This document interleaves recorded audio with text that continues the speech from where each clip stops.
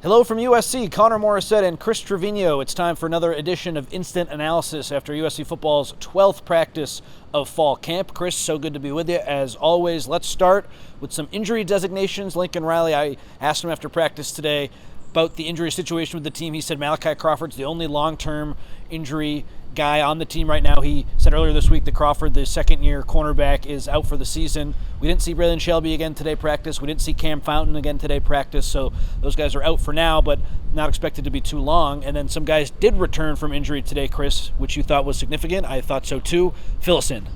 We should say return because simply they were back in pads. It was only a shells practice, but when you've been out and you get the shells back on, that is significant. That does not guarantee they did the full practice. We can't report on that, but them being back in pads was significant. We had Amos Taulele, you had Killian O'Connor, you had Hayden Treater, the freshman offensive tackle, and then Jarvis Boatwright, the freshman safety, were all back in pads for the Trojans. So again, probably still getting back to the swing of things, but the fact that they had their shells on today was a good sign that USC can get them back close to 100%.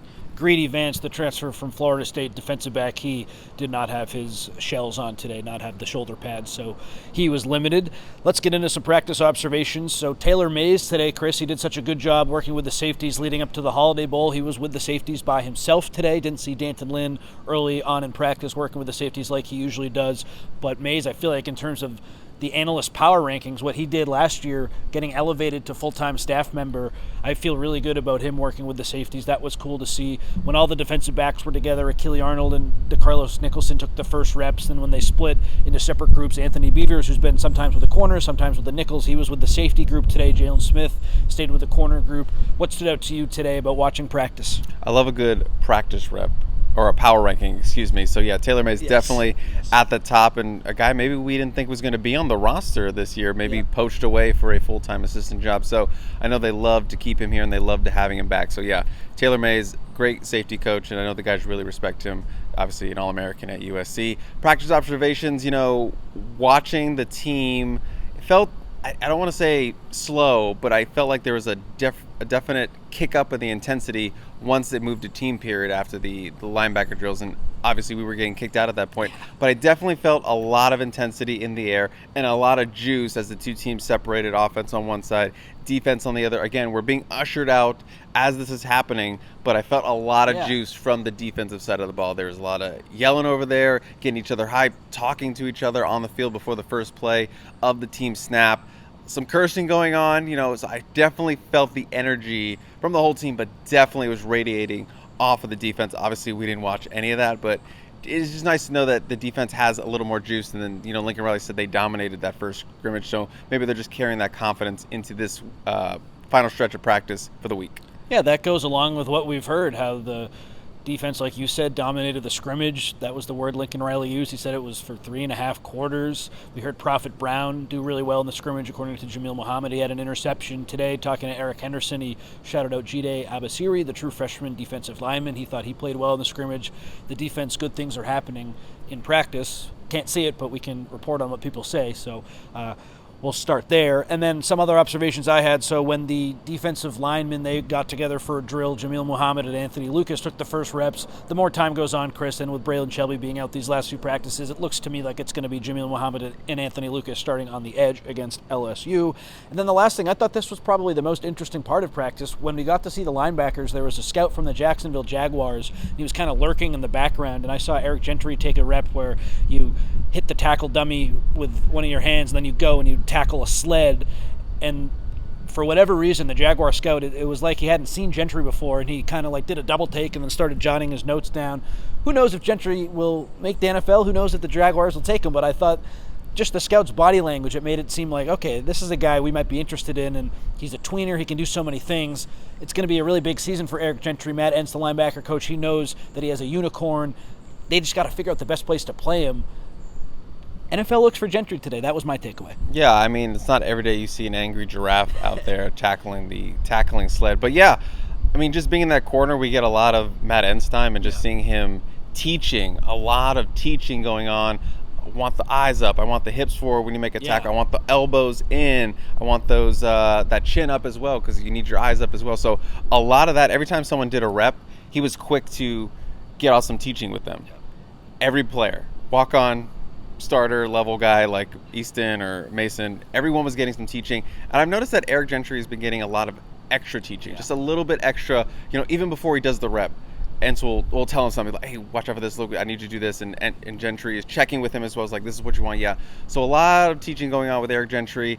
And, that can only be beneficial, for someone who is still learning his body type in terms of being a linebacker. And, he knows how to play linebacker, but just trying to take it to the next level as, as the scouts begin to look at a 6'7" linebacker and not really sure what it's going to look like for next season or what it's going to look like for him in the Big Ten. But this is a big year for Eric Gentry and just getting soak camp as much as he can from, a pretty good coach that we believe in, Matt Entz.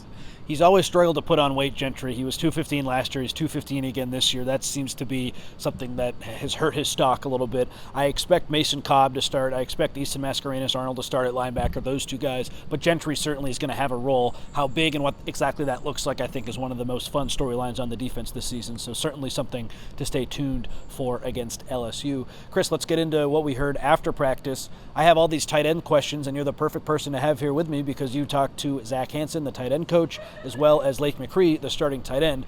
Let's just start here with Hansen. I'm doing my depth chart on the offense, and when I was putting together the tight ends, it was Lake McCree, and then I had all the young guys, all five, with the exception of one player who's a little banged up right now, all lined up as that backup because I have no idea what the depth chart looks like. Can you provide any insight into who, if Lake McCree couldn't play, would come in and play tight end for USC? Yeah, just put them all in a hat, pick one out, and that we'll stick that one. No, I did ask him that, and he mentioned two people. Cade Eldridge, obviously the kind of middle old young guy, a redshirt freshman, has only played in one game, so kind of a little bit older than those guys. And then Joey Olsen, who has been here in the spring and still gaining confidence, has looked more confident after doing a spring and just getting on campus early. But Cade Eldridge, point blank, would be the guy they throw out. Carson Tabarachi's still not back. It's a neck injury, it's going to take some time. And even if he came back next week, I don't think he's going to have that big of a role until he gets into the swing of things. So Cade Eldridge is the guy behind Lake McCree. I'm confident in saying that. And, Hansen said a lot of nice things about Cade. He's developed nicely. He's a big, strong kid, probably the biggest, strongest kid they have. I know Walter Matthews is 6'7", the biggest guy in that room, but Cade Eldridge is like the tight end, most looking tight end guy there. It's the strongest guy I think they have in that room, and he's really started to impose himself as a blocker because, when you get to college, you're beating up guys as a tight end at the high school level, and then when you get to college, it's such a big jump going against grown men defensive ends. Well, and remember Eldridge too at the high school level. He was playing like H-back. He was running back. He was doing a little bit of everything up there in Washington. He was doing a little bit of everything: linebacker, H-back, whatever you needed him to do, drive the team bus. And it was a lower division up there in Washington, so the jump to USC is probably pretty big going against kids in Washington to an Anthony Lucas coming down. You got to block him. So got to get used to that, but it seems like he's starting to stabilize as a blocker, and Hansen, was very praiseful of his development as a blocker. He's starting to put his hat into guys and mash them into there. And so blocking, overall, he's been happy with the way the blocking has gone the first few weeks of fall camp. Obviously, that's going to be a big storyline in the Big Ten. Tight ends got to be able to block, got to be able to contribute in the run game. But to full circle your question, Connor, Cade Eldridge, number 88, looks like the guy behind Lake McCree right now. I will have to adjust the depth chart accordingly. Lake McCree, though, he's going to be the starter. We all know it. He's the guy they trust the most. In terms of talking with him, talking with Hansen, just overall takeaways, whether it's Lake-related or someone else, what else stood out to you about those conversations with the starting tight end and with the tight end coach? Well, obviously, we got a position coach. I wanted to ask what his thoughts were on the scrimmage, how that position group did. Overall, he said they did good. He liked the blocking. He likes how they were being physical. The other thing he noticed, he liked that they were getting receptions and then doing more with it. Get a catch, maybe pick up an extra 3 yards. Get a catch, maybe fight for that first down. Get the ball and then do something else with it. Don't just fall down or just get stuck in for a 2-yard gain. Get a little extra. So it sounded like they were getting some yards after carries in the scrimmage. But he did note that they didn't get a ton of opportunities. So maybe they weren't getting the ball thrown to them as much, but they were able to be impactful with the limited touches they did get in that game. So he was happy with that. Lincoln Riley only answered 4 questions today. Had a obligation, I think, afterwards. So the most important thing from him, I thought today, he was asked about what stats that he pays attention to, and he said, I don't really look at individual stats from players. I'll glance at them after the game to answer some of the press's questions, but I really care about yards per play as a team and third down conversions and sacks and tackles for loss and stuff that affects winning. I recommend people check out his answer on our YouTube channel because I felt like it was a little bit of an insight into what he really cares about, and we don't get a lot of that. He's guarded. He doesn't share a ton, so that was an interesting exchange. I also asked him about Devin Tompkins, and Riley said he's a little bit more confident in himself, the third-year defensive end, so we'll see what he can do this season. I don't really anticipate him playing a lot, but right now, with the way some of the injuries are going, we could see him out there. Again, Braylon Shelby and Cameron Fountain, they didn't practice today, but it's not expected to be serious. I asked Eric Henderson about how challenging it's been to be without two of his top guys, and he said, it's a blessing in disguise. We're able to watch some of the younger players, which has been really helpful. They need these guys back, though, Chris. I think, especially Braylon Shelby, to have a real shot against LSU, you need all the depth and all the rotation you can get on that edge. He's going to be really important this season. Absolutely, and yeah, it is a blessing in disguise, but it'd be better wrestling if Braylon was healthy because he's a guy that's going to play in that LSU game. Is Cameron Fountain going to play?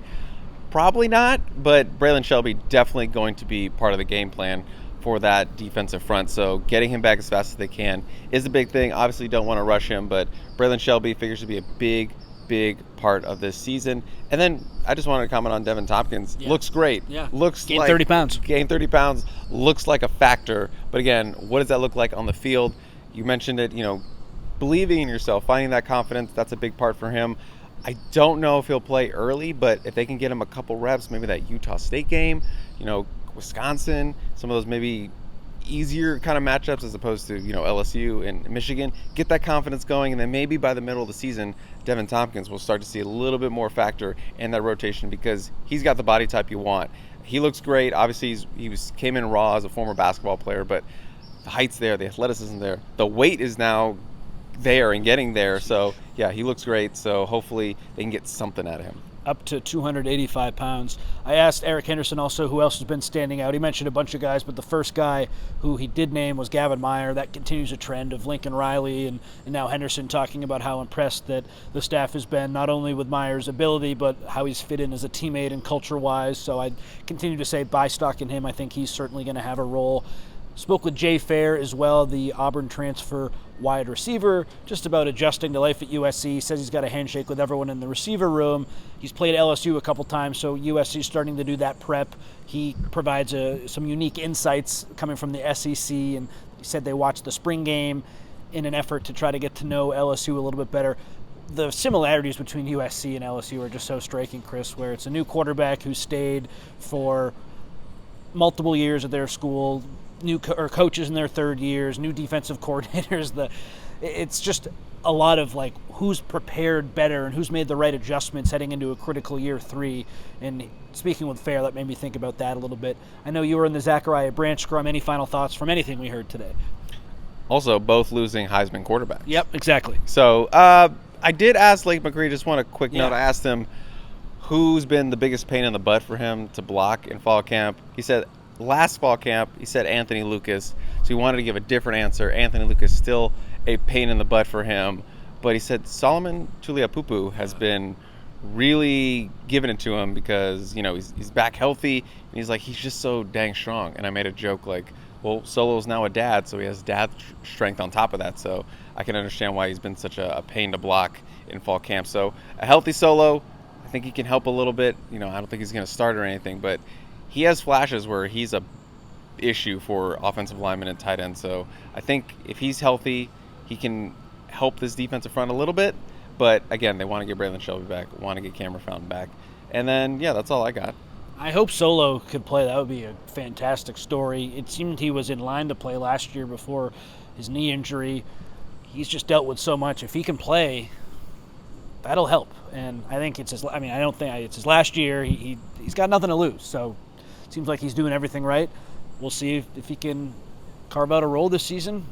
If he can, I think USC fans will be really happy to see it. I know him and Kobe Pepe, a lot of people really want to see good things from those two guys. And as time goes on, we'll see. Because right now, as we know, USC needs all the help it can get on its defensive line. Chris, we're about 2.5 weeks out from that LSU opener.